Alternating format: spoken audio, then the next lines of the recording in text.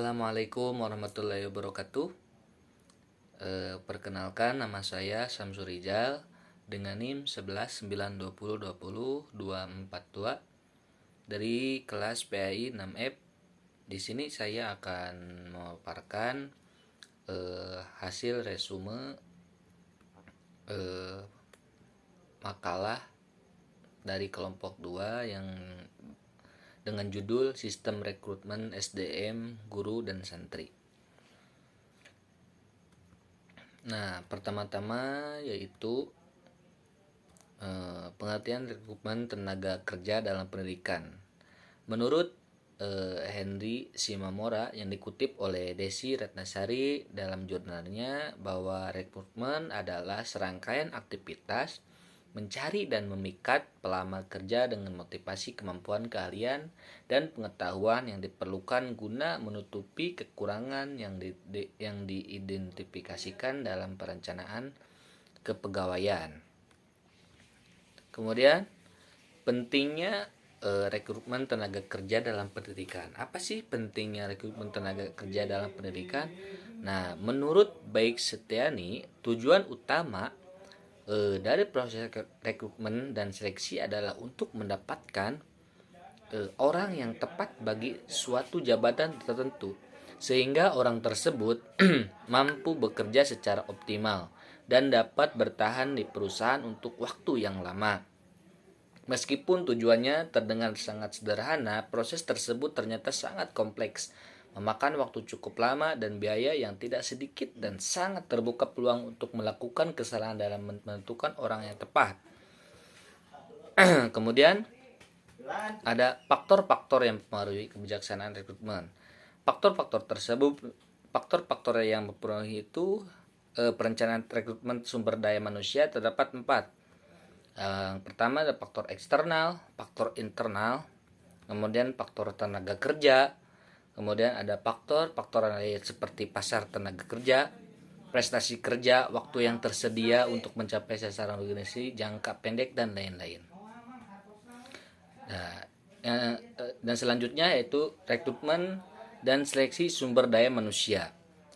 Rekrutmen sumber daya manusia merupakan pintu masuk bagi penerimaan calon tenaga kerja ataupun calon tenaga pendidik dan tenaga kependidikan yang nantinya akan menjadi faktor penentu dalam proses pendidikan dan pembelajaran yang dijalani peserta didik.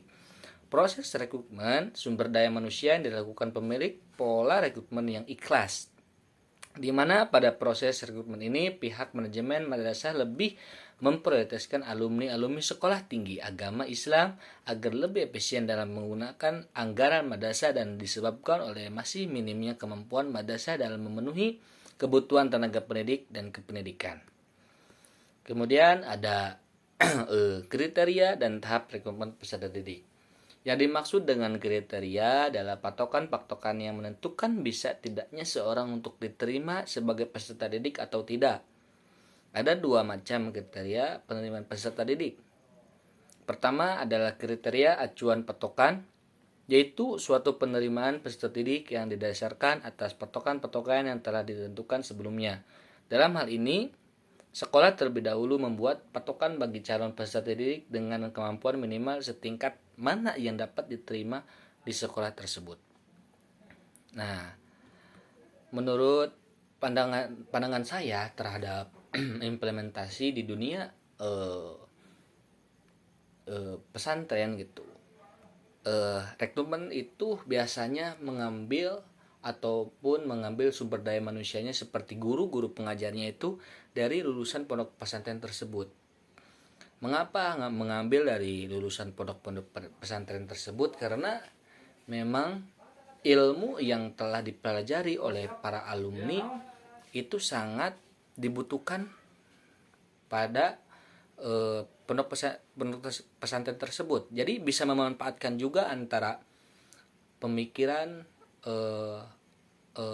ilmu-ilmu yang sudah dipelajari oleh alumni dan dikembangkan lagi kepada peserta didik yang baru, sehingga ada daya tarik dari seorang alumni untuk bisa mengembangkan dirinya terhadap mengembangkan ilmunya ataupun mengembangkan bakatnya terhadap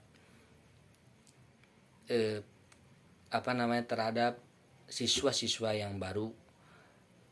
Begitu juga siswa yang baru juga bisa melihat dari segi pengalamannya alumni untuk dapat belajar terhadap alumni ilmu apa saja yang telah dipelajari di pondok tersebut. Makanya biasanya di dalam pondok pesantren itu implementasinya mengambil guru-gurunya itu dari alumni gitu. Mungkin itu saja yang dapat saya sampaikan. Kurang dan lebihnya mohon dimaafkan. Wassalamualaikum warahmatullahi wabarakatuh.